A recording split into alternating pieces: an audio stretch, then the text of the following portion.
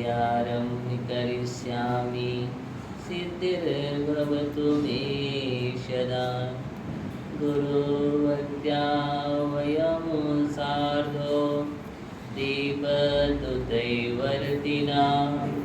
वन्दामहे त्रिशङ्ख्योनि नवकोटिमुनीश्वरान् नवकोटिमुनीश्वरान् नवकोटिमुनीश्वरान्। अनंत नक्षत्र पर वृष्टि भगवान की जय। देवादिदेव बेखजाड मूललाइट पाशुपति भगवान की जय। देवादिदेव बेखजराट परम निष्ठ शांति नाम भगवान की जय। देवादिदेव बेखजराट शासन नायक भगवान महावीर स्वामी की जय। परम पूज्य आचार्य भगवान सूर्य स्वामी की जय। परम पूज्य आचार्य भगवान गणाचार्य गुरुदेव विराज हरि महाराज की जय। परम पूज्य आचार्य भगवान विशुद्ध सागर जी महाराज की जय। टाइटिल में विराजमान तीन कमलों कोटि विराजों की जय। राधा श्याम जिनवाणी माता की जय।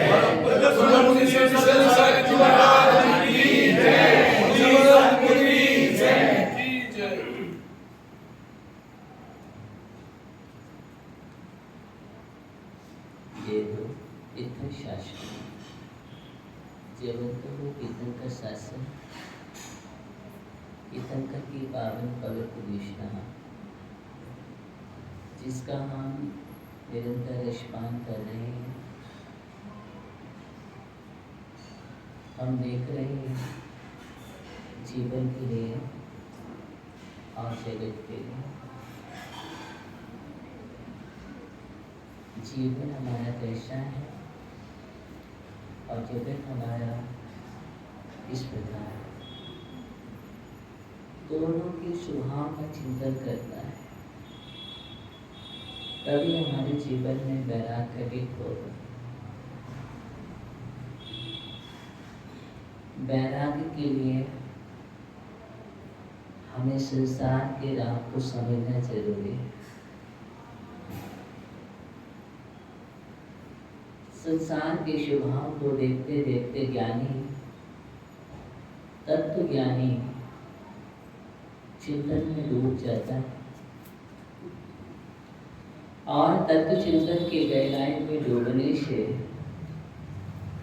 अनेक प्रकार के मोती प्राप्त होते हैं। इसलिए आचार्यों ने कहा है कि तत्व चिंतन करें। हम लोग चिंता अधिक करते हैं, चिंतन बहुत कम करते। कभी कभार हमारे जीवन में चिंतन हो पाता है, लेकिन चिंतन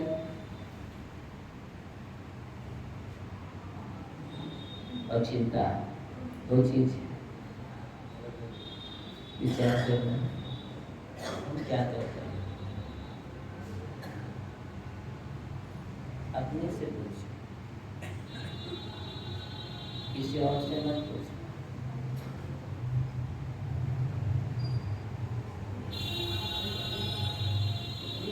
ज्ञानी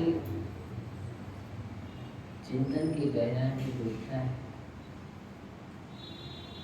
अनित्य अनुप्रेक्षा संसार में कोई भी पदार्थ शाश्वत नहीं है। हम कहाँ विनाशी पदार्थों में लगे हुए, किनको अपना मान रहे हैं, किनका हमने संग्रह कर लिया। ऐसा तो नहीं कि हम पूरा जीवन ही विनाशिक पदार्थों में लगा देते हो और शाश्वत पदार्थ को पहचान भी नहीं पाते और हमारा जीवन चला जाता है। इसलिए अनुप्रेक्षाओं के चिंतन की चर्चा की है कि अनुप्रेक्षा का चिंतन करो। आप लोग कर रहे नहीं कर रहे?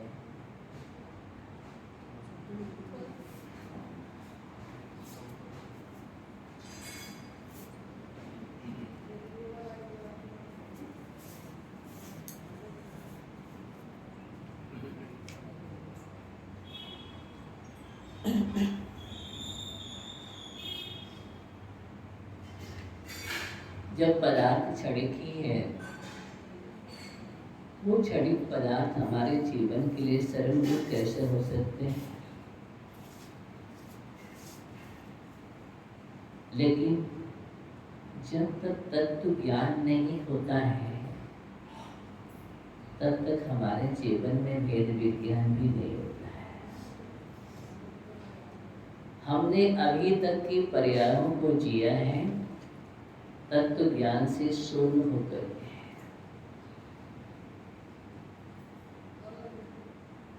जानकारियां तो हमने बहुत सारी संग्रह किए हैं। आपके पास बहुत सारा नॉलेज है। आपका मस्तिष्क कभी खाली नहीं रहता है। सबके मस्तिष्क में कुछ ना कुछ तो चलता ही रहता है। ऐसा है कि मस्तिष्क ज्ञान शून्य हो जाए, नहीं होता है। अनेक अनेक विचार जन्म लेते रहते हैं, अनेक अनेक प्रकार की सोच उत्पन्न होते रहते हैं, और हमारा ज्ञान कहाँ कहाँ पहुँचता है, किन किन को पकड़ता है, किन किन को अपना मानता है, किन किन से जुड़ता है, कहाँ कहाँ संबंध स्थापित करता है, कितना सैर करता है, ये आप बदल सकते हैं। आप यहाँ पर बैठे हैं, लेकिन आपकी यात्रा कहाँ कहाँ की चल रही है, ये आप पूछो अपने से। अनुप्रेक्षाओं के चिंतन करने से ये सारी यात्रा विराम हो जाती है, और अनुप्रेक्षाओं के चिंतन का अभाव होने से हमारे जीवन में बहुत सारी आकांक्षाएं, इच्छाएं दिनों दिन बढ़ती रहती हैं, और हम अपने ज्ञान के द्वारा किन किन को पदार्थों को पकड़ कर के राह द्वेष करते रहते हैं। ये हमारे जीवन की दशा है। कल हम देख रहे थे कोई न राखन हार, लेकिन एक पंक्ति तुमने 1000 बार पढ़ी होगी। सुनते हम जग जाए पढ़ लेते हैं इस पंक्ति को, लेकिन पढ़ने के बाद इस पंक्ति को आज तक नहीं पढ़ा है।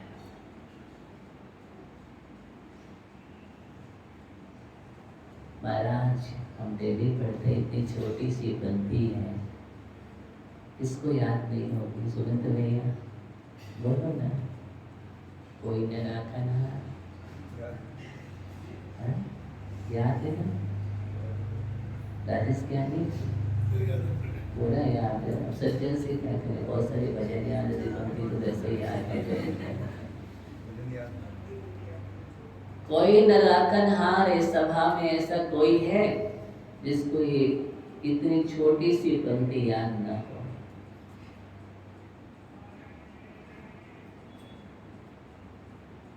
यानी कोई न राखन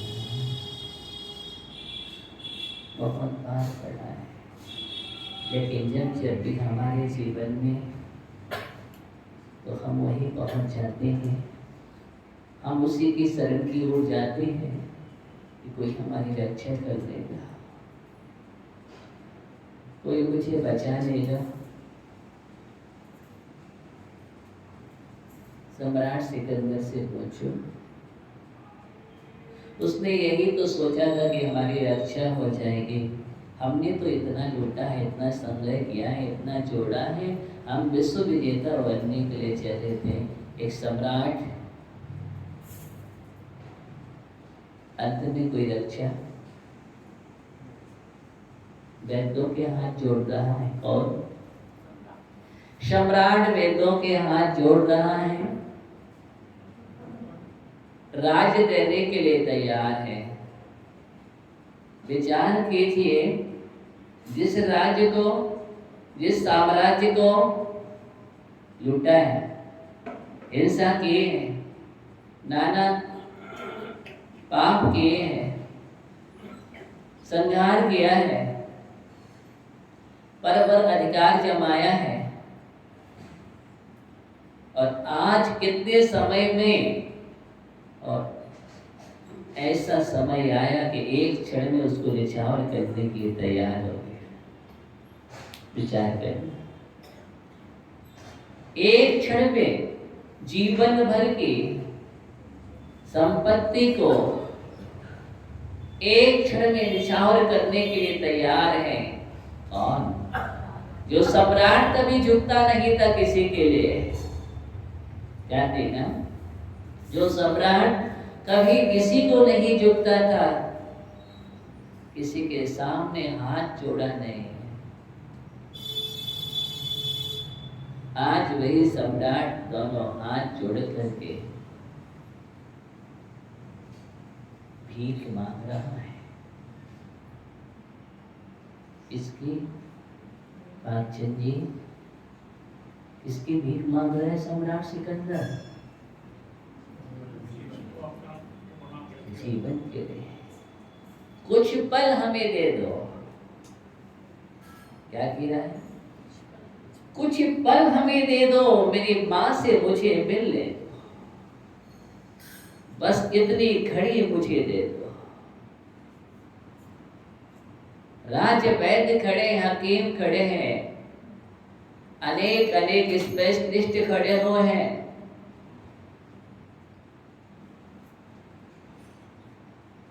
लेकिन वो सम्राट से कह रहे हैं, सम्राट तुम्हारी सबसे बड़े भूल तो यही है। क्या है? सबसे बड़ी भूल तुम्हारी यही है कि दुनिया की दौलत तुम एकत्र कर सकते हो, पदार्थों को खरीद सकते हो, पुस्तकों को खरीद सकते हो, लेकिन तुम जीवन के पलों को नहीं खरीद सकते हो। आज तक कोई दौलत नहीं बनी है कि तुम एक सांस को भी खरीद सको।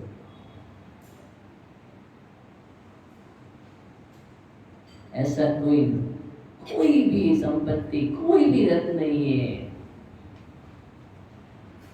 जो कुछ पलों को तुम्हें दे सके। नहीं नहीं, अभी 5 मिनट मुझे और चाहिए। यही सबसे बड़ी हमारी भूल है। पूरा राज्य तुम ले लो। क्या ले लो? पूरा राज्य देने के लिए तैयार हो गया ज्ञानी और सम्राट, और तुम उसके पहले अगर कोई उससे राज्य मांगता तो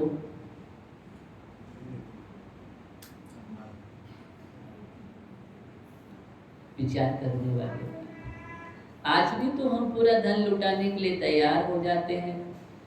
जब हमारे जीवन में कोई ऐसी असाध्य बीमारी हो जाती है, कुछ भी हो जाता है, तो हम तो सब कुछ लुटाने के लिए तैयार हो जाते हैं और कहते हैं इसके जीवन की रक्षा कर लो,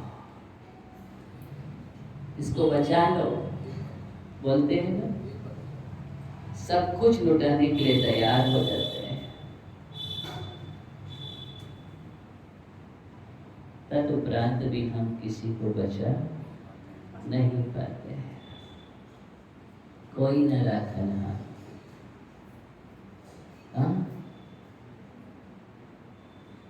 ध्यान देना। और किसका है? और किसकी रक्षा करता है? इस सत्य को मुझे समझने की आवश्यकता है। हम मालूम नहीं किन किन को शरण मान बैठे हैं।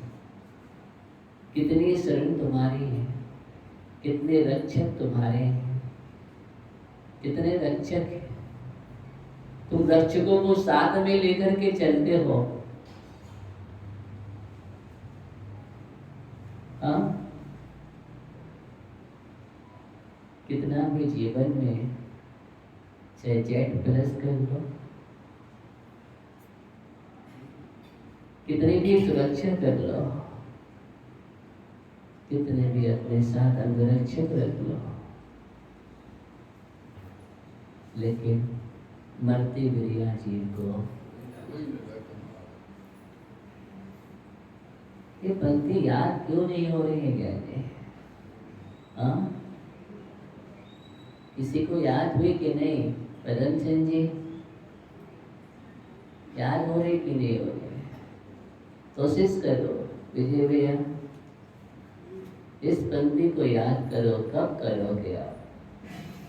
कितना समय तो व्यतीत हो गया है सेठी जी।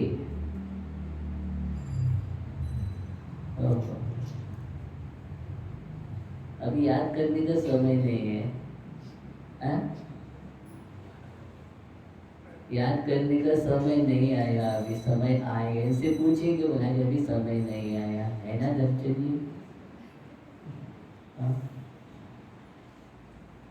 अभी तक इस पंक्ति को याद नहीं कर पा रहे, किंतु भैया तुम्हें याद कर लो, क्या दिक्कत है?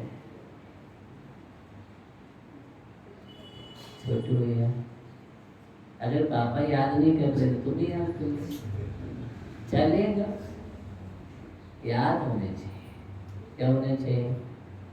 कभी बेटे के याद से पिताजी भी याद कर लेते हैं। हाँ, ऐसा हुआ है। क्या बात कर लो, जैसे दिखेगा। मेरे संग में तो ऐसे अनेक दृष्टांत हैं। जब विशुद्ध सकरी महाराज को पंक्तियां याद हो गई और वो निकल गए, तो उसके बाद उनके पिताजी थी, उनको भी याद हो गया। पहली दीक्षा बेटे ने ले ली, फिर पिताजी ने ली। ऐसी बिना मसाल की मध्यम जी को वो दीक्षा के पिताजी ने ली। एक किरण चला रहा है, इसलिए बेटे ही याद कर। बढ़ती दुनिया जीव को कोई न राख न हार। ध्यान देना, ये सच्चाई है, ये संसार का दिग्दर्शन है। आज संसार अनुप्रेक्षा में जाना है, लेकिन यही से संसार अनुप्रेक्षा दिखाई दे रही। संसार कैसा है? कोई न राख न हार, यही तो संसार है, यही संसार है। एक सम्राट नगर में एक प्रवेश द्वार का निर्माण करवा रहा था। एक ऐसा दुर्ग द्वार बना रहा था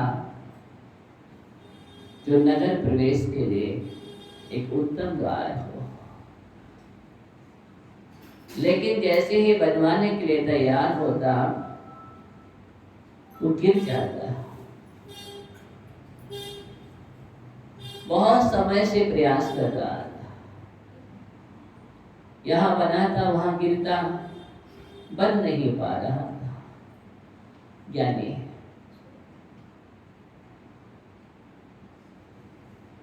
परेशान हो गया। किसी से जाकर के पूछा,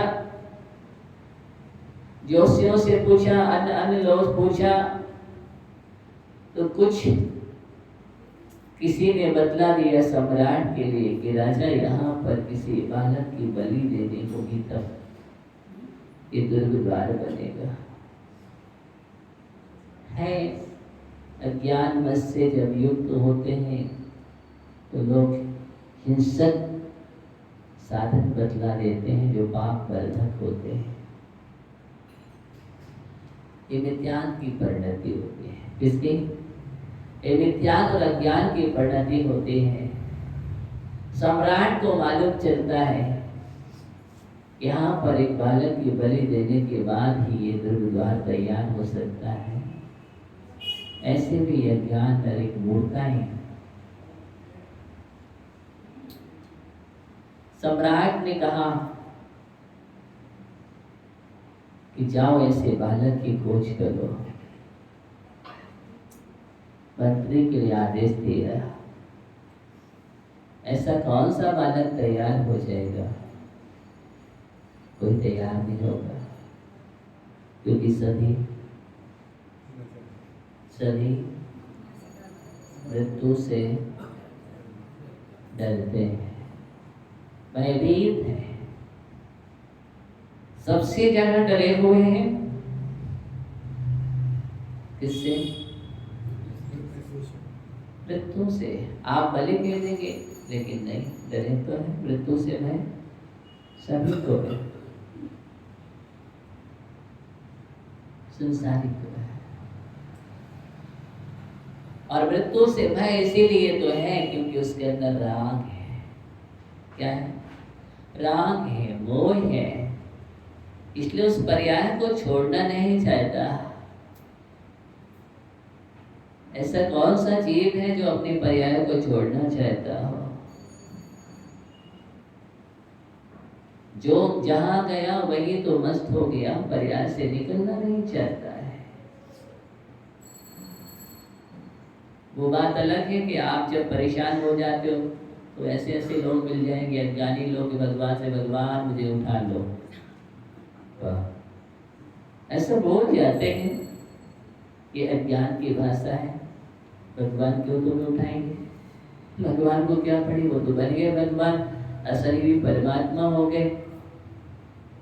उठा लो का शब्द वहां आएंगे नहीं, उठना तुम्हें पड़ेगा क्योंकि वो कृतकृत है, कुछ नहीं करेंगे। क्या नहीं करेंगे? कुछ भी नहीं करेंगे। परमात्मा कृतकृत होते हैं, उन्हें क्या लेना था संसार से। लेकिन उस समय हम ऐसी भाषा बोल देते हैं, ये हमारी अज्ञानता की भाषा है। ये ज्ञानी की पहचान नहीं कि विपत्ति में हम इस प्रकार की भाषा बोलें और ऐसे परिणाम करें। ध्यान रखना, हमें कभी इस प्रकार के परिणाम भी नहीं सचोने चाहिए कि जब कोई संकट विपत्ति आ जाए तो हम कहें मौत को गले लगाने के लिए तैयार हो जाए, नाना उपक्रम करने के लिए तैयार हो जाए। ये सबसे बड़ी मूर्खता है, जीवन की अज्ञानता है। इससे तो महान कर्म का बंध होता है। इसलिए कभी भी अपने जीवन में आत्मघात के परिणाम नहीं करना चाहिए। जब कोई संसार में कोई विपत्ति आ जाए, कोई निमित्त बन जाए, संकट आ जाए, कोई बादल उमड़ाने लगे, तो अच्छा है कि तुम्हारे जीवन में वैराग्य उत्पन्न हो। क्या हो? इस संसार के निमित्तों को देख करके वैराग्य हो रहना चाहिए। महापुरुषों के जीवनी को हम पढ़ते हैं पुराणों में, उन्हें संसार की घटनाओं को देख करके क्या हुआ? वैराग्य हुआ है। आज भी कोई ज्ञानी जब संसार की घटनाओं को देखता है तो उससे उसकी आसक्ति टूट जाती है, विरक्ति आ जाती है। यही तो संसार अनुप्रेक्षा है। इसलिए घबराने की जरूरत नहीं है, जागने की जरूरत है। किसकी? जागने की जरूरत है, भागने की जरूरत नहीं है। हम अभी तक भागते चले आ रहे हैं, जागे ही नहीं है, सो रहे हैं। ये सब कुछ नींद में हो रहा है। किसमें हो रहा है? ज्ञानी सिद्धार्थ भैया, हाँ तो सिद्धार्थ है, कितना अच्छा नाम है। हाँ? जीवन में एक लक्ष्य बनाओ, जैसा मुझे नाम मिला है ना वैसा ही हम अपने जीवन में कुछ करें। क्या करें? अच्छे अच्छे नाम है आपके, नाम के अनुसार भी हमें प्रयत्न करना चाहिए। क्या करना चाहिए? नाम इसलिए तो रखे जाते हैं अन्वयार्थक हो। क्या हो? अन्वयार्थक भी होना चाहिए, प्रयास हमें करना चाहिए। अभी सुमंत ज्ञानी का नाम सुमंत है, कितना अच्छा है। सुंदर मंत्र जहाँ मिलता हो, सुंदर सुंदर विचार मंत्रा होती है, सुंदर विचार होते हैं, सुंदर चिंतन होता है, उसका नाम सुमंत है। हाँ? मस्तिष्क में जहाँ अच्छे अच्छे विचारों का सृजन होता है, किसका होता है?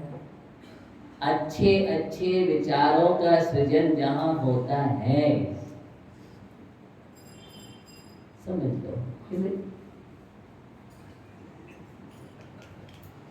अब सज्जन ज्ञानी बोलेगा हम भी तो सज्जन हैं।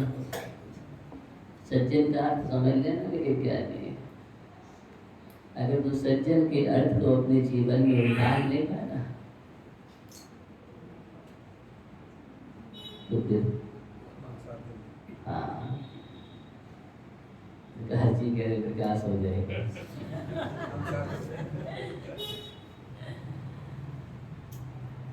तो हम बतला रहे थे आपके लिए,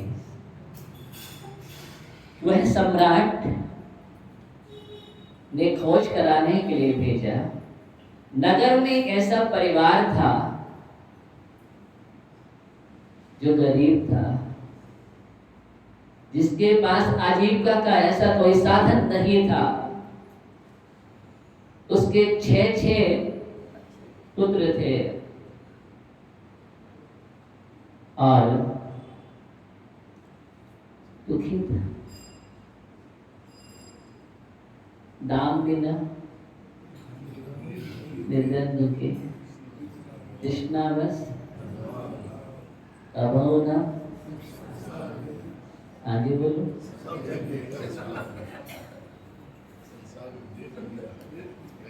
इतने ज्ञानी है, ये बात कर रहा हूँ। सब जग देखो, कितनी अच्छी बनती है, उसके बाद भी लगा हुआ है। सब जग देखो चांद, सब जगह हमने छानबीन कर ली है, अब कुछ बचा नहीं है, कहीं भी नहीं है, उसके बाद भी कोशिश कर रहा है। अब जब हमने छान ही लिया, जान ही लिया, तो मान लो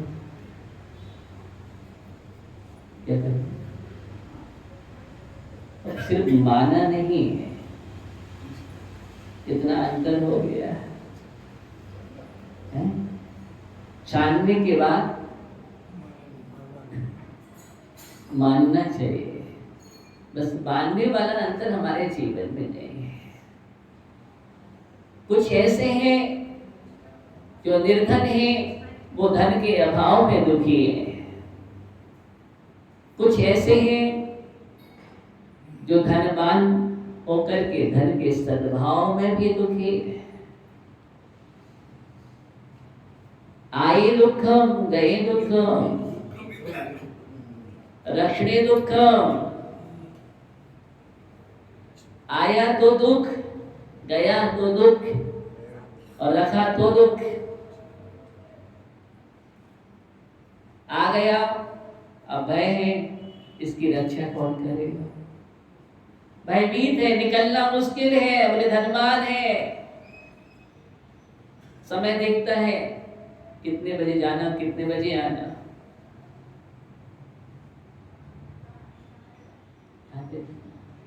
इतना भय बना हुआ है, चारों देख के चल रहा है, सुरक्षा गार्ड लेकर के चल रहा है, भय बना हुआ है। उससे पूछो, भय बना हुआ है, कौन है सुखी। जब धन नहीं था तो धन की खोज में था, धनम धनम धनम धनम धनम, और धन आ गया तो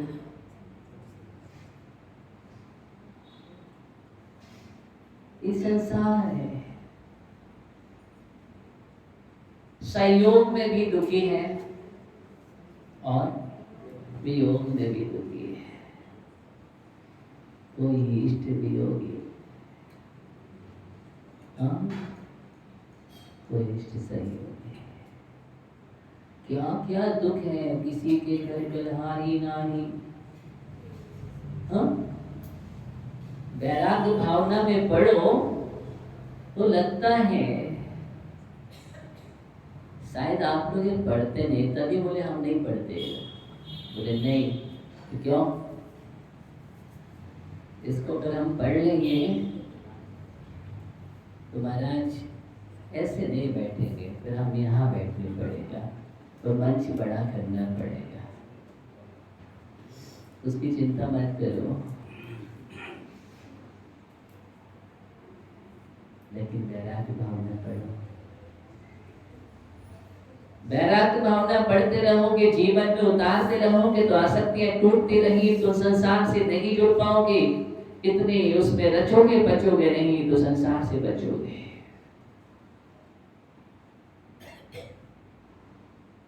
संसार में रहना कोई बुरा नहीं है, लेकिन संसार में संसारी बनकर के रहना बुरा है। बाहर संसार बना रहे कोई नुकसान नहीं, लेकिन संसार अंदर नहीं होना चाहिए। अंदर के संसार को निकाल देना संन्यास है। क्या है? संन्यास है। संसार में तो सभी रह रहे हैं, लेकिन दोनों में अंतर है। तुम्हारे अंदर संसार बसा हुआ है, जो अंदर में संसार बसा हुआ है वही सबसे ज्यादा घातक है, नुकसानदायक अगर है तो वही है हमारे जीवन में। जो अंदर में बसा हुआ संसार है, अपने अंदर में देखो, टटोलो, तुम्हारे अंदर क्या बसा हुआ है? उस अंदर के संसार को देखने के बाद संसार अनुप्रेक्षा में कही गई है कि देखो संसार का स्वभाव क्या है और तुम कहाँ लगे हो, तुम किससे प्रीति कर रहे हो। सब स्वार्थ का संसार है। जब कोई किसी से बात बिगड़ जाती है क्या बोलते? सब स्वार्थ का संसार है।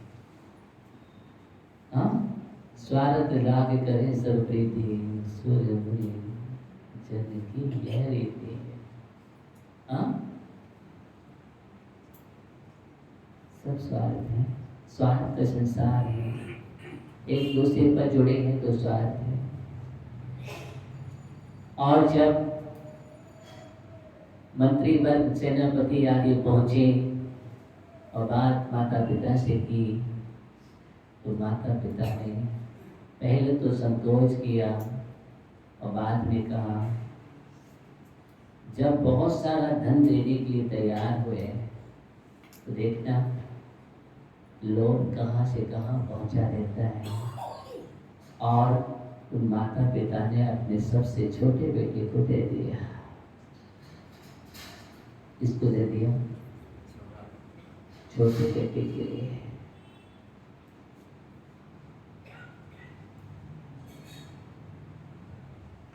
इस संसार की दशा है। बेटा समझ नहीं पाया, जाओ, तुम्हें राजा ने बुलाया, सम्राट ने बुलाया है। बेटा तो यही समझ रहा है सम्राट ने मुझे याद किया है। बेटा चल गया, पहुंचा। सम्राट ने कहा, तुम आ गए? हाँ मैं आ गया। लेकिन बात समझ में नहीं आई, सम्राट ऐसे कैसे पूछ रहा है? अचानक ये प्रश्न कैसे तुम आ गए?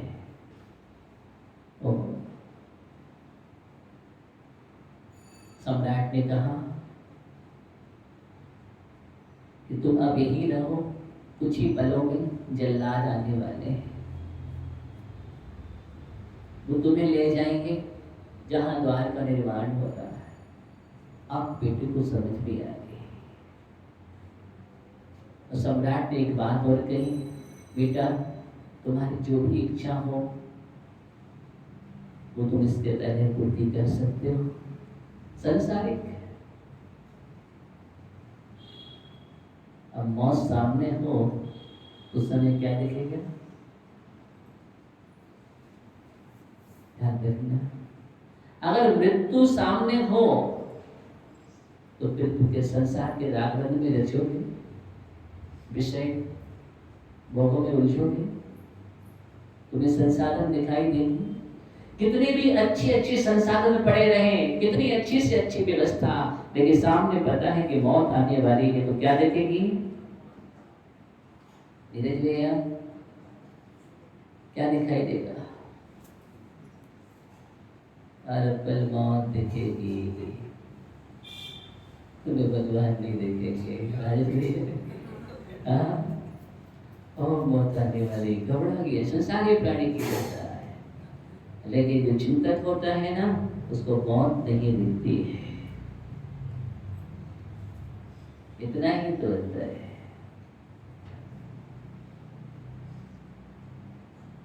एक मौत से भागता है, मृत्यु से, और एक मृत्यु के लिए जागता है। एक मुट्ठी में लेकर के चलता है। जब तुम्हें आना तो आ जाओ, कोई दिक्कत नहीं है। और वह बालक घबरा करके वहां से भागा और भाग करके अपने घर में पुनः पहुंचा और सबसे पहले भाइयों के पास पहुंचा। हे भाई मेरी रक्षा करो। एक भाई नहीं थे, 5 भाई।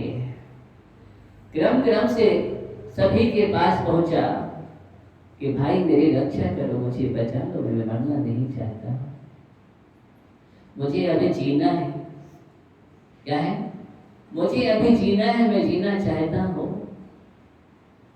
एक एक करके सभी भाइयों ने अपना मुख फेर लिया, नहीं सुना। देखो कैसा है संसार। उसके पास वह बालक अपने पिता के पास पहुंचा, वही बात पिता से कही, लेकिन सारी बात सुनने के बाद भी पिता ने भी कुछ। माँ के पास पहुंचा कि माँ अब तू ही मेरी रक्षक है, क्योंकि दुनिया में सबसे बड़ी ममता अगर होती है तो माँ की होती है। सबसे ज्यादा अगर संतान पर ममत्व होता है तो माँ का होता है। माँ अपने बेटे को किसी भी प्रकार कष्टों में नहीं देख सकती है, स्वयं कष्टों को झेल सकती है। लेकिन माँ, जो माँ होती है उसकी बात करना, वो अपने जीवन में हर प्रकार की समस्या और संकट का, मुसीबतों का सामना करती है, लेकिन मेरे बेटे को कुछ ना हो जाए। एक पल का कष्ट होती है तो माँ के अंदर से जीत निकल आती है, वो माँ होती है। इसलिए ममता की अगर कोई जननी होती है तो माँ होती है। लेकिन वहां मातृत्व नहीं था। क्या नहीं था? वहां मातृत्व नहीं है, मातृत्व भी चला गया लोभ में। किसमें? मातृत्व भी चला गया, पितृत्व भी चला गया, भाई बंधुओं का प्रेम भी चला गया। लोभ ने सब कुछ समाप्त कर दिया। स्नेह नहीं, प्रेम नहीं। कहाँ ये माता पिता का वो लाडला लाल दुलारा? कब तक है दुलारा? सोचिए। और माँ ने भी ध्यान रखना, जब जब इस संतान को कोई विपत्ति आती, कष्ट आता है, तो वो संतान माँ की आंचल में छिप जाता है और बेटा सोचता है कि दुनिया की जन्नत तो मुझे मिल गई है। क्या मिल गई है? जन्नत मिल गई है मुझे। लेकिन आज वहां पर कुछ नहीं है। वो बेटा वहां से भागा, माँ के यहाँ से भी भागता है। फिर उसने सोचा कि अब दुनिया में कोई, अब यहाँ पर जब माता पिता परिवार शरण नहीं है, तो हो सकता है उसके मन में फिर विचार आ गया कि नगरनाथ सम्राट है, सम्राट ही मेरी रक्षा करेगा, क्योंकि रक्षक तो वही होता है। कौन होता है? रक्षक तो वही होता है। और वहां पहुंचा, वहां भी उस बालक ने हाथ जोड़े, प्रार्थना की सम्राट से कि सम्राट मेरी रक्षा करो। आप तो रक्षक हैं, आप भक्षक क्यों हो रहे हैं? आपका कार्य प्रजा की रक्षा करना है, प्राणी की रक्षा करना है।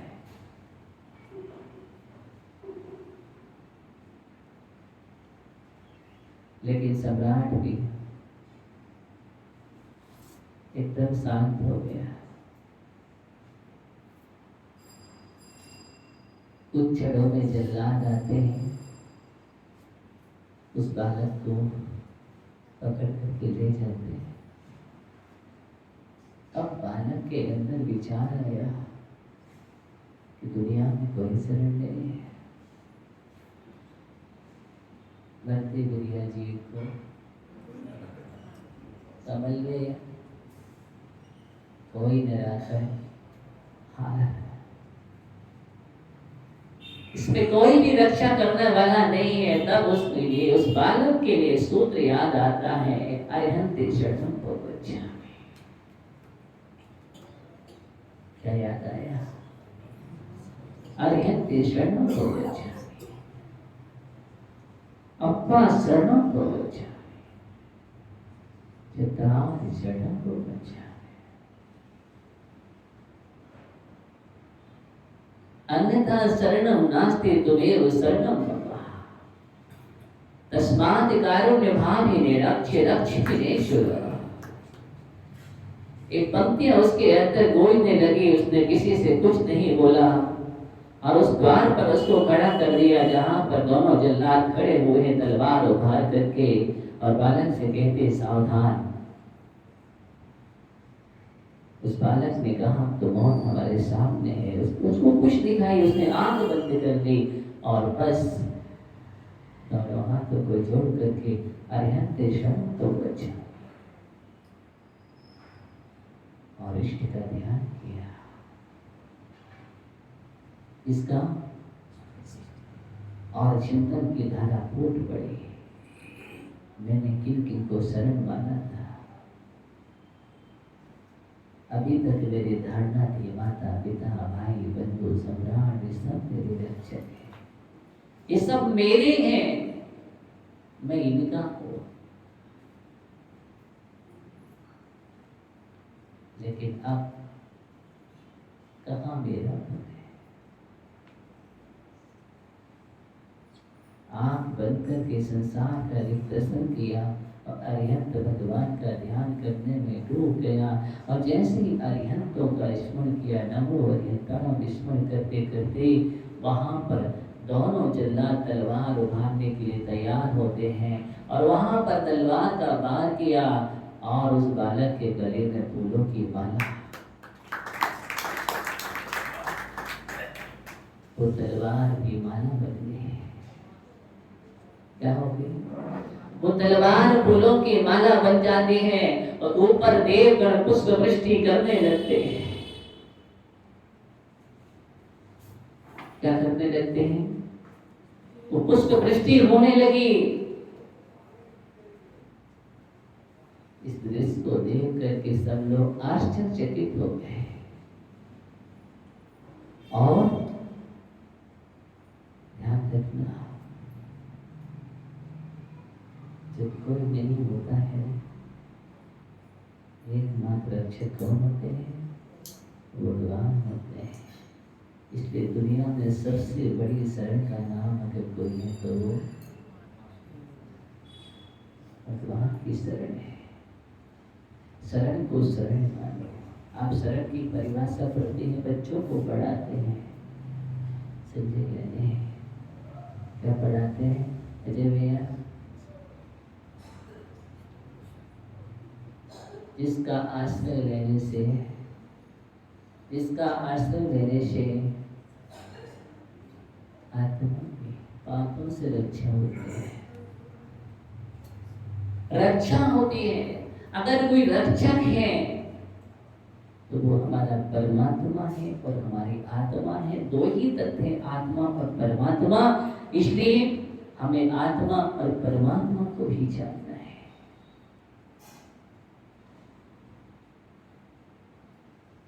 आत्मा और परमात्मा को जिसने जान लिया उसने सबको जान लिया।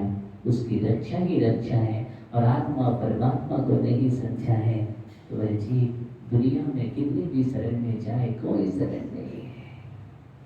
वहां पर पुष्प वृष्टि होने लगी, देवगण जय जयकार बोलने लगे।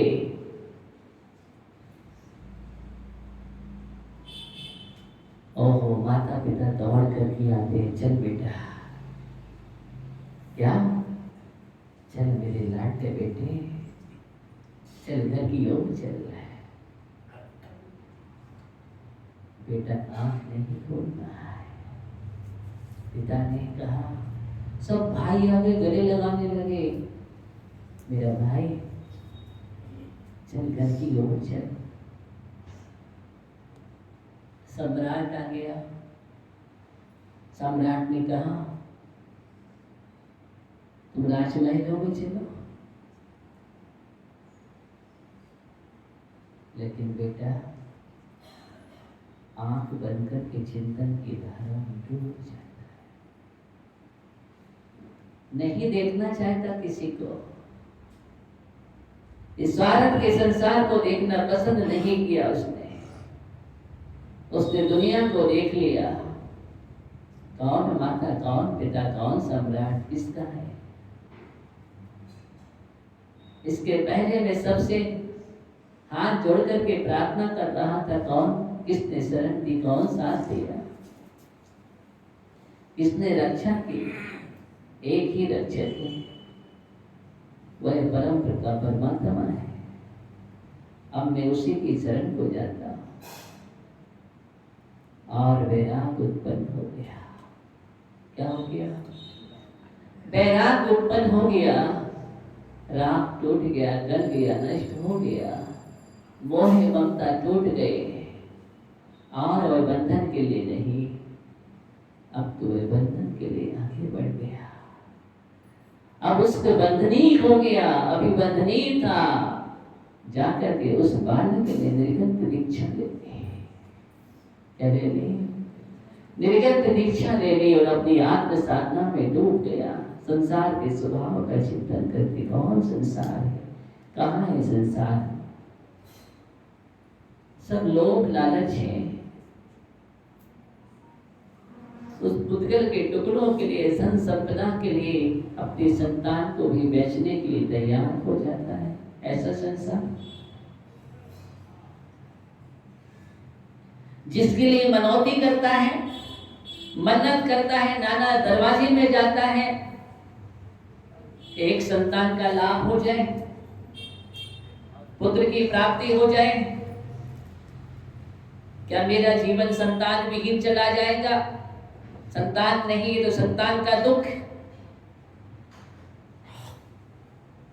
कितनी मन्नतें की है, कितनी जाके जाकर के क्या क्या नहीं किया है, अज्ञानता के कारण मिथ्या का भी पोषण किया है, कितना पाप किया है। किसके लिए? संतान के लिए। और वही आज संतान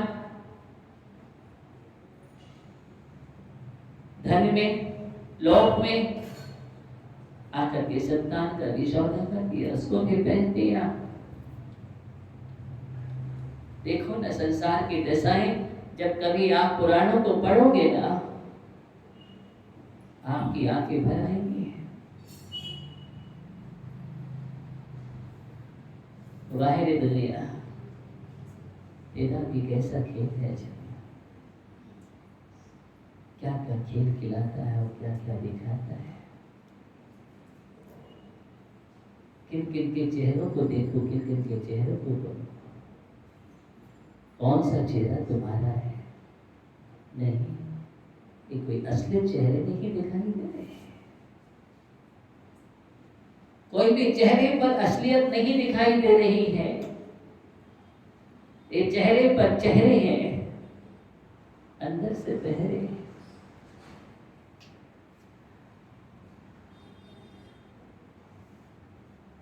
देखो ना, कोई सार जीवन में नहीं है। प्याज होती है ना, उसमें छिलके को अलग करते जाओ, अलग करते जाओ, क्या मिलता है?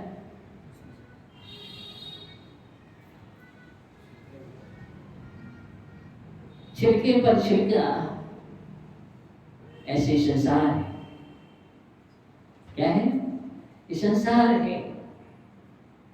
ये संसार अनुप्रेक्षा का चिंतन करो।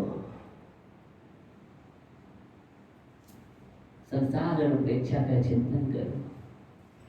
क्या है? पुण्य के फल से कभी देव बन जाता है और वही देव कभी क्या बनता है? देव स्वान बन जाता है। कभी एक इंद्रिय बन जाता है। ये पुण्य और पाप का खेल संसार है। क्या है? और पुण्य पाप का खेल पुण्य पाप। कभी पुण्य के फलों में हर्षित हो जाता है और कभी पाप के फलों में विषाद करने लगता है। देखो ना संसार क्या है।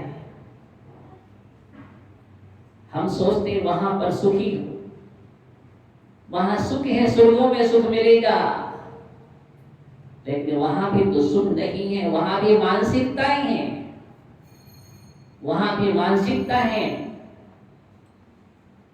नरक गति में तो पल पल में दुख है,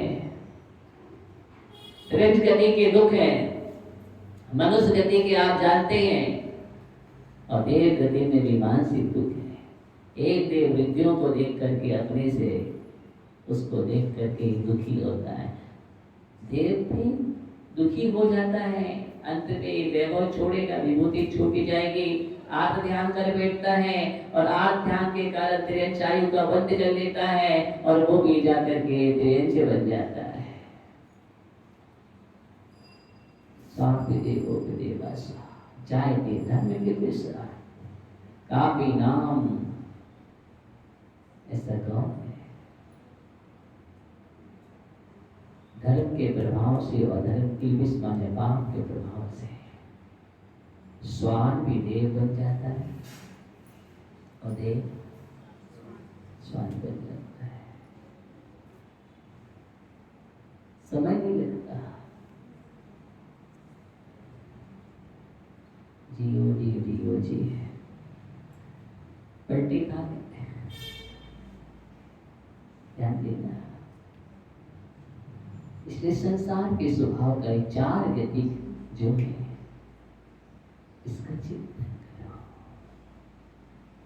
कैसे कैसे गतियों में हमारा भ्रमण हो रहा है, संसरण हो रहा है, कैसा कैसा हमने परिवर्तन किया है। 5 प्रकार का परावर्तन का चिंतन करना संसार अनुप्रेक्षा है। किसका करना? 5 प्रकार का परावर्तन, द्रव्य परावर्तन, क्षेत्र परावर्तन, काल परावर्तन, भाव परावर्तन, भाव परावर्तन, द्रव्य क्षेत्र काल भाव भाव। कि देखो हम किस पर राग कर रहे हैं, कौन सी आसक्ति कर रहे हैं, ऐसा कौन सा परमाणु, कौन सा पदार्थ है जिसका हमने भोग ना किया हो।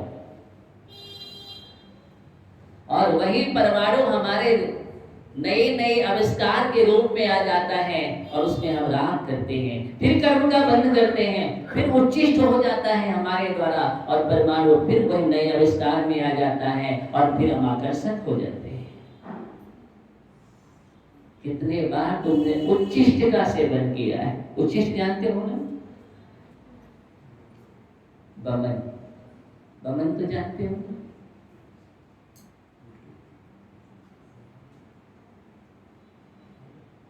कौन होगा? बमन का सेवन कोई करेगा? नहीं करेगा। पूज्य स्वामी यही बात समझा रहे हैं। मुक्तो जुता महुर मोहन मया सर्वे पुद्गला उच्चिष्ट देश मम विद्यस्तास्त्रा।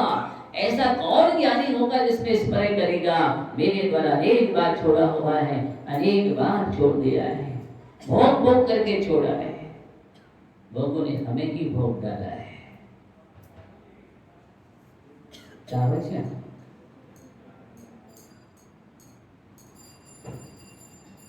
फिर भी तो उसी में तो लगे हो, इसमें उसी में लगे हो। समय आपका हो गया ना? बोलो ना।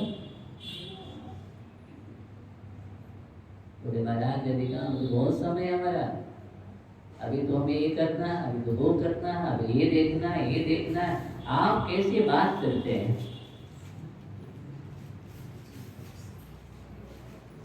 समय नहीं हुआ ना? नहीं हुआ तो ध्यान करो। इस संसार अनुप्रेक्षा यही, इस संसार में कोई तो शरण नहीं है और संसार का दिग्दर्शन एक है। बस एक बात समझ में आनी चाहिए, मुझे इस तत्व को समझना है।